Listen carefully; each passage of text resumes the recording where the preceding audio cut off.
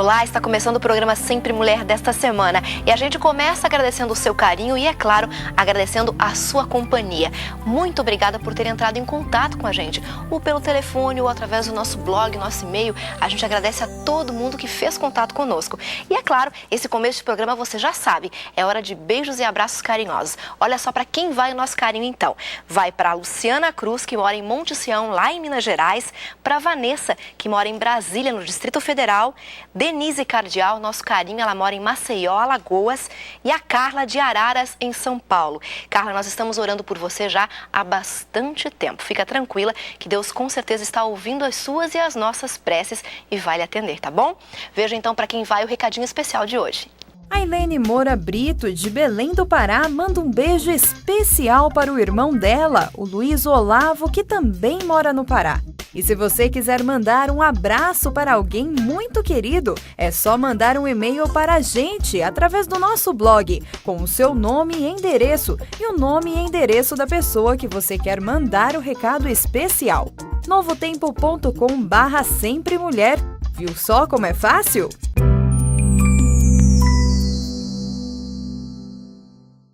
O meu nome é Esther Maciel Brandi, eu sou hidrocolonterapeuta e naturista. Hoje eu tenho uma dica especial de saúde para você. Você come salada? Alface, tomate? Que tal você incrementar um pouquinho mais a sua salada? Deus fez as vitaminas coloridas. Vamos colorir o seu prato. Alface, o verde mais claro, a couve, o espinafre, o verde mais escuro, a cenoura laranja, beterraba e tantas outras cores que são correspondentes a vitaminas diferentes. É muito importante que você coma salada crua antes do seu almoço. Comece com um pratão de salada crua. As enzimas são essenciais para carregar os nossos nutrientes para o restante do nosso corpo. Então não se esqueça, coma salada antes do almoço e bastante.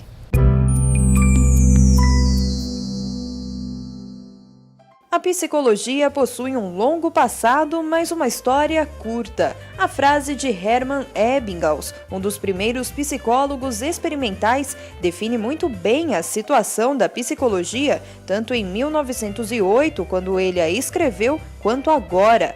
Desde a antiguidade, pensadores, filósofos e teólogos de várias religiões dedicaram-se a questões relativas à natureza humana, como percepção, consciência, loucura. Apesar de teorias psicológicas fazerem parte de muitas tradições orientais, a psicologia, enquanto ciência, tem suas primeiras raízes nos filósofos gregos, mas só se separou da filosofia no final do século XIX. O primeiro laboratório psicológico foi fundado pelo filósofo alemão Wilhelm Wundt, em 1979, em Leipzig, na Alemanha.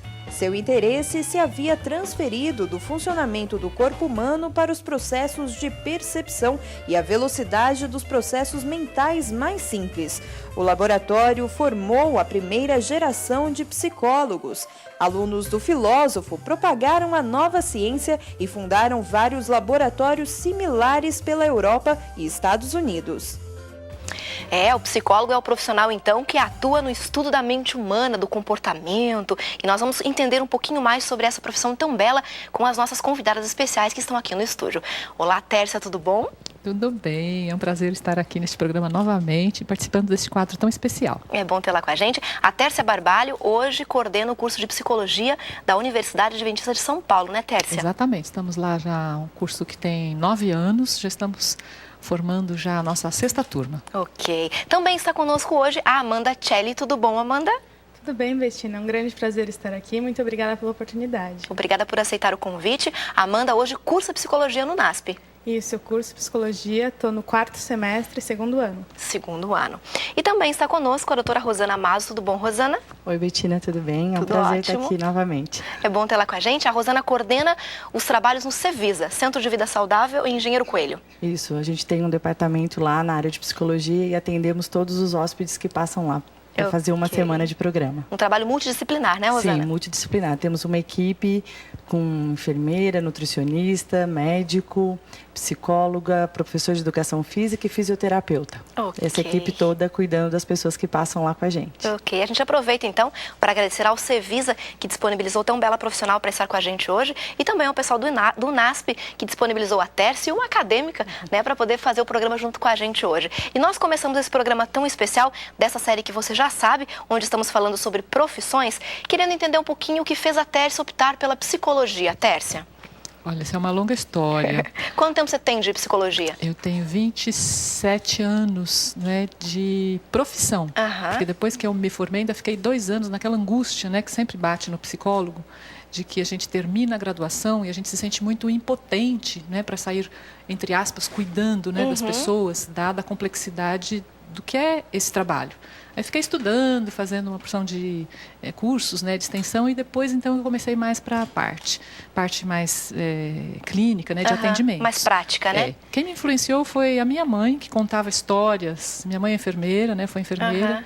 Quando trabalhava, e ela me contava as histórias da experiência dela na área de psiquiatria. E eu queria muito trabalhar com saúde mental, mas não tão próxima à patologia ou às doenças. Eu queria trabalhar com saúde mental mais próxima à possibilidade de recuperação. Apesar que a psiquiatria hoje em dia, ela reabilita, né? E se chega muito mais proximamente aos quadros de estabilidade mental. Então, foi isso que me influenciou, já desde histórias da novinha, sua mãe. as histórias, não é? E na minha época havia um preconceito ainda social, não é? E mesmo na parte espiritual, as pessoas achavam que psicologia afastaria as pessoas dos seus preceitos religiosos, da sua moralidade. Mas eu queria muito psicologia e estou muito feliz, não é? Desde então, é a minha paixão. Que bacana. Olha só, mamães, então, que estão acompanhando Sempre Mulher, as histórias que vocês contam para os seus filhos com certeza influenciam. Nós temos aqui hoje um fruto de uma influência materna, né? Com certeza. Rosana, eu vou deixar a Amanda por último, que nós temos uma história mais para conversar, né, Amanda? Rosana, e a psicologia entrou na sua vida de que forma? Olha, foi meio que ao acaso. Quando eu estava na época de colegial, todo mundo dizia que eu tinha que prestar qualquer curso na área de exatas que eu me daria super bem. E não foi bem isso que aconteceu. Eu resolvi prestar psicologia no primeiro ano. Ao contrário da Tércia, quando eu terminei a faculdade, eu já sabia exatamente o que eu queria, que era a área da saúde. Do 4º para o 5º ano, eu terminei o 4º ano, fui para os Estados Unidos já fazer um curso na área de hospitalar. Quando eu voltei para o 5º ano, antes de ter passado pelo processo já de graduação e tudo mais, eu já trabalhava no hospital, então eu realmente sabia o que eu queria. Você foi aliando a teoria e a prática? A então? prática. Desde o 2º ano, eu já fazia estágio em hospital.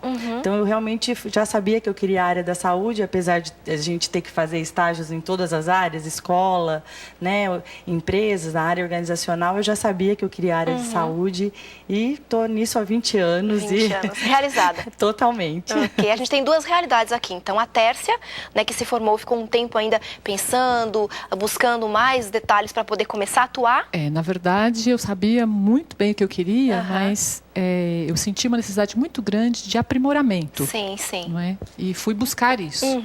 E a gente tem a realidade da Tércia, então, e da Rosana, que já saiu direto para o mercado de trabalho. E nós temos a Amanda, que está cursando psicologia. O que te levou, Amanda, para o curso de psicologia?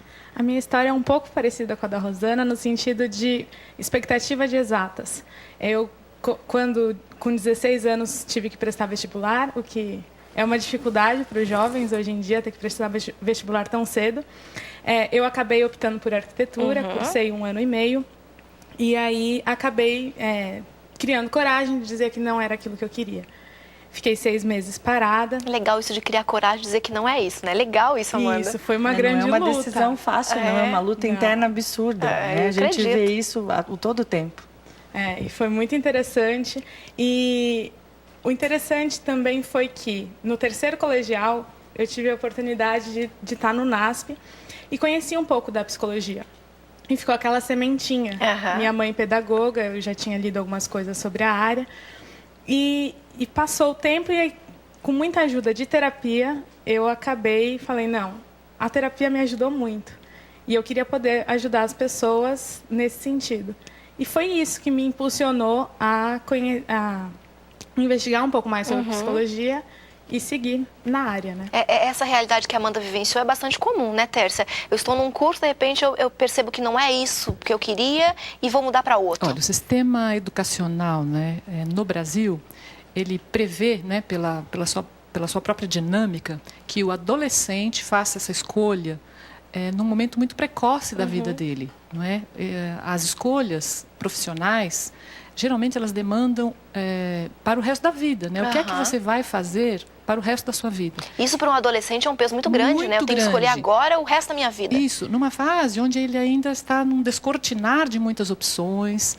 E em outros países, por exemplo, se tem aí, na própria evolução dos estudos, 2 anos de ensino, né, básico, onde o jovem, né, o adolescente, ele amadurece um pouquinho mais, experimenta, às vezes, até alguns conhecimentos, para então ele fazer essa opção vocacional ou profissional para o resto da vida. Na verdade, é o processo contrário do que a gente vivencia aqui, né? Exatamente. E é muito importante, tem até uns estudos, né, umas pesquisas que dizem que as pessoas elas podem mudar de opção profissional até 7 vezes, mas aquelas que têm coragem de fazer isso. Por isso que a Amanda, é importante que ela coloque isso, né, e a gente ressaltar isso para os nossos telespectadores, porque é importante você ter a coragem de admitir e de assumir, porque muitas pessoas carregam um curso de graduação que fizeram, não é, no momento, às vezes, precoce da sua adolescência, do seu início de jovem adulto, e carregam essa profissão para o resto da vida de uma forma insatisfeita, frustrante, não é? Provavelmente não será um profissional assim tão que vai se destacar. Não vai se realizar profissionalmente, né? Provocando muitas vezes até doenças, né, advindas do trabalho no decorrer dessa sua vida. Deixa só eu destacar uma questão que a Tércia falou. Então, se você está nos acompanhando agora, de repente a mãe de algum adolescente que vai prestar vestibular ou está cursando algum curso de nível superior, está com vontade de mudar, a Tércia falou, e até 7 vezes é normal. Então, fica tranquilo. Se você já mudou 1, 2, ainda está em tempo de mudar de novo, se não tiver certeza de que fez a escolha certa. Às vezes essa mudança é dentro da própria área, não é? Exatamente. Mas muitas vezes é diametralmente oposto. E às vezes assusta o próprio jovem, assusta o familiar. Fala, nossa, você saiu de uma coisa e vai para uma outra. É o caso da Amanda, né? Da arquitetura para psicologia são 2 opostos, né? É interessante. Os amigos sempre falam, nossa, nada a ver. Mas é interessante que hoje, a cada aula que passa, eu me abebero. É uma coisa assim... Era bem isso que eu queria. Era isso que eu queria. Vai se encontrando mais, né? Mais apaixonada. E uma outra coisa que eu acho que é importante para complementar o que a Tércia disse, Bettina, é que também tem um fator muito agravante nisso tudo, que é a questão familiar. Aquilo que os pais tentam impor aos seus filhos no momento da escolha disso, né? Então, o adolescente está extremamente vulnerável. Por exemplo, o pai e a mãe são médicos e querem... O filho é médico também. O filho tem que ser médico. Eu tive uma experiência num dos hospitais que eu trabalhava de receber um garoto aos 17 anos, infartado. Nossa! Por causa da pressão que ele sofria em função de ter que passar no vestibular de medicina. 2 dias antes da prova, ele infartou. Nossa, olha então, quer dizer, chega ao extremo daquilo que a Tércia disse. A gente acaba, ao invés de ajudar, a gente acaba fazendo com que esse adolescente desenvolva, né, doenças, não só orgânicas, no caso dele, mas doenças emocionais, na qual ele vai ser um profissional frustrado para o resto da vida. Eu sempre digo, você quer saber se você gosta do que você faz, se você está realizado, a hora que você falar disso para alguém, os seus olhos têm que brilhar. Se não brilhou, pode ter certeza que então você não está vivenciando aquilo da maneira que você tem. Esse é um alerta. Sem dúvida. Para os pais, né, Rosana, que estão nos acompanhando. Eu dei aula de orientação vocacional e é uma dúvida gritante mesmo. Terminou o 3º colegial, agora o ensino médio, tem que prestar vestibular, mas eu nem sei o que eu quero, eu nem sei que matéria direito eu gosto. Aí você vai, né, para aquele lado. Gosta de matemática, vai para exatas. Gosta de... Quer dizer, e não é bem assim. Né? Não é porque eu gostava de matemática que eu ia me dar bem em qualquer curso. Exatamente. Né? E como a gente está falando especificamente do curso de psicologia, a gente entendeu um pouquinho aqui sobre as difíceis opções, né, de escolher e poder mudar. O curso de psicologia, especificamente, Tércia, oferece o que para quem está ingressando? Quais são as disciplinas? Qual é o foco do curso? Nós tínhamos, né, há uns anos atrás, isso por influência, né, dos órgãos que gerenciam o ensino superior, uma expectativa de um curso menos generalista. Hoje em dia, o próprio Ministério da Educação e Cultura, ele coloca um curso, ele espera, né, uma formação que seja generalista e que o aluno ou o egresso, né, o formado, depois ele busque, né, através das especializações, dos seus cursos ao longo, né, da sua construção profissional e acadêmica, que não deixa de ser acadêmica também, né, que ele busque titulação, aí então ele vai buscar as especificidades. Então, o curso ele é um curso abrangente, não é? Menos organicista, não é? Apesar que nós temos algumas disciplinas que são voltadas para o corpo, mas ele é menos organicista, como na minha graduação, por exemplo, né? Que foi há alguns poucos anos atrás. Não muito, né, Só Tércia? não muitos, né? Alguns poucos anos atrás. Mas a formação que se tinha antigamente é diferente da formação hoje, que ela é mais voltada para o social, mais voltada para as comunidades, mais voltada para as políticas públicas de saúde, não é? O próprio MEC ele determina, né, que o curso tem algumas ênfases, não é? Então, geralmente, aquelas ênfases tradicionais, né, na área de saúde, na área de educação, na área empresarial, na área voltada para as políticas públicas, entre outras. Tudo né? isso o aluno vê no curso? Isso, ele vê no curso. Nós temos alguns eixos estruturantes também, tudo isso normatizado pelo Ministério da Educação e Cultura, que de alguns anos para cá vem um pouco mais severo nessas cobranças.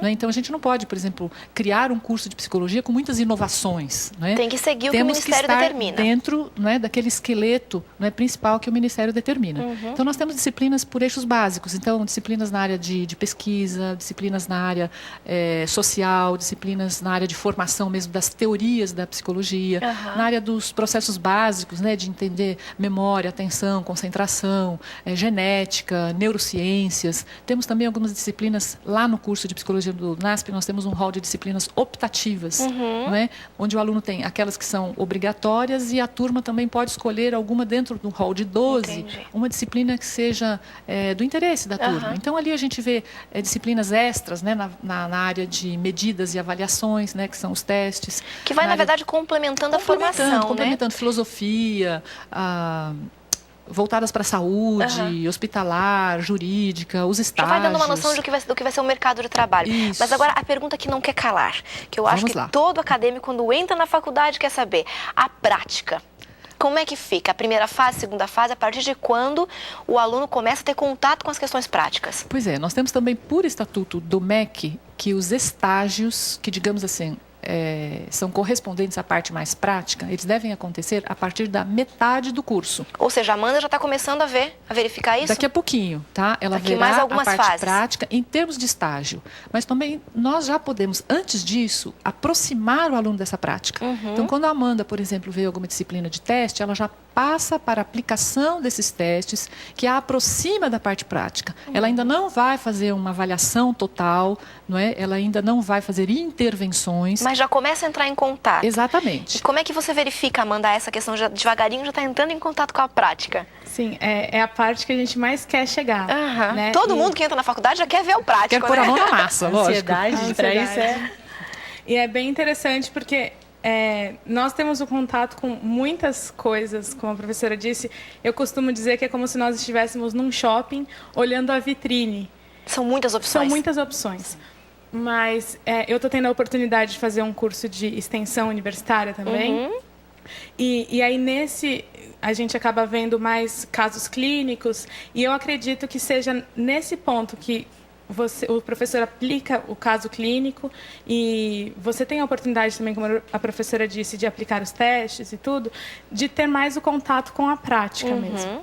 Eu acho que, na realidade, a primeira prática que a gente vive, eu principalmente vivi quando era aluna, é você ir para a terapia, porque você passa a estar do muito outro bem lado. lembrado, Rosana. Muito bem lembrado. Eu digo assim, a primeira coisa a ser resolvida quando eu entrei no curso de psicologia foi me entender. Então eu tive que ir para a terapia. Então todo aluno de psicologia passa por terapia. Exatamente, todo mundo. Porque como é que você vai fazer um papel se você nunca vivenciou aquilo? Como é que a angústia que a gente vive quando você sai da faculdade? Agora eu vou abrir um consultório para aqueles que não têm ainda definido como eu tinha. Então para mim foi muito mais prático, mas Eu tenho muitos amigos que saíram e agora? O que eu faço? Eu Para não que lado que tenho eu condição de abrir eu não estou pronta, aí vai atrás mesmo, vai se aprimorar, vai fazer uma especialização em alguma área específica, teve uma formação na faculdade, por exemplo, em psicanálise, aí faz um aprimoramento ou uma pós em terapia cognitivo e comportamental, mas eu acho que o primeiro aprendizado mesmo como psicólogo é a gente ser realmente Como é que foi essa experiência, paciente. Amanda? Então, esse é um ponto interessante que a Rosana deixou, que é interessante. A gente está lendo, independente de qual seja a matéria, mas você começa a se identificar com tudo. Parece que você tem todas as psicopatologias, os perfis de personalidade. Começa a achar os parentes, os amigos, todo mundo. É muito interessante. E eu, na minha terapia, tem semanas que eu falo, eu vou desistir disso, porque para o meu paciente, para o meu cliente chegar no estado que eu tô, é uma luta, assim, é bem difícil, mas aí ao mesmo tempo eu já converso com ela e a gente sai da terapia já, não, realmente valeu a pena, ai, que alívio. Nossa, eu acho que a gente precisava conversar com a mãe da Amanda para saber como é que tem sido essa aluna em casa. O antes e depois da terapia. Exatamente. O namorado da Amanda. Geralmente, a gente ouve algumas queixas, né, como profissionais, porque a pessoa, quando vai passar por um processo psicoterapêutico, ela começa a fazer algumas mudanças. E as pessoas que estão no entorno, elas estranham.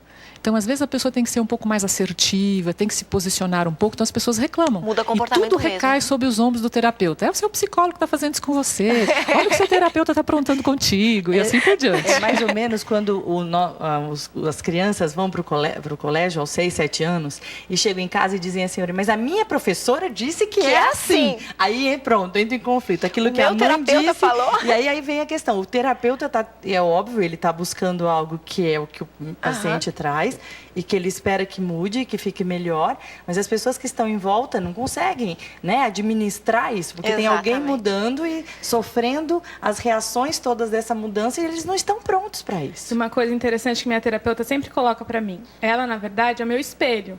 Então, assim, o terapeuta, a gente vai passar para o nosso cliente, para o nosso paciente, os desejos dele, as dificuldades dele. Não é que o terapeuta vai falar, faça isso, faça aquilo, porque seria uma responsabilidade muito grande, né? Assumindo por ele, né? Exatamente. A gente viu aqui um pouquinho, então, do que é o curso de psicologia, como as pessoas vão encontrar esse curso, o que vão encontrar lá, né, Amanda, quando entrarem no curso, e que é normal mudar de opção ao longo da faculdade. A gente vai para o intervalo rapidinho, no próximo bloco a gente volta para falar sobre o mercado de trabalho e o dia a dia da profissão. Amanda, obrigada por ter participado com a gente aqui. Muito obrigada pela oportunidade. E sucesso na faculdade e na profissão depois. Obrigada. Não saia daí que a gente já volta. Essa semana estamos orando por Maria Gabriela de Souza Rodrigues, de Pariqueraçu, São Paulo, Fernanda Pompeu Queiroz, de São Luís, Maranhão, Elvira Gomes Brito, de Boa Vista, Roraima, Marinalva Lima Rodrigues, de Fortaleza, Ceará, Marli Anchieta, de Sapiranga, Rio Grande do Sul, Lucimar Almeida, de Itaboraí, Rio de Janeiro, e Mariana Pinto, de Uambo, Angola, que pede orações por ela, que está passando por dificuldades financeiras para criar os filhos. Você pode se unir a nós e orar por estas pessoas ou deixar o seu pedido em nosso blog, para que juntos oremos por você. www.novotempo.com/sempremulher.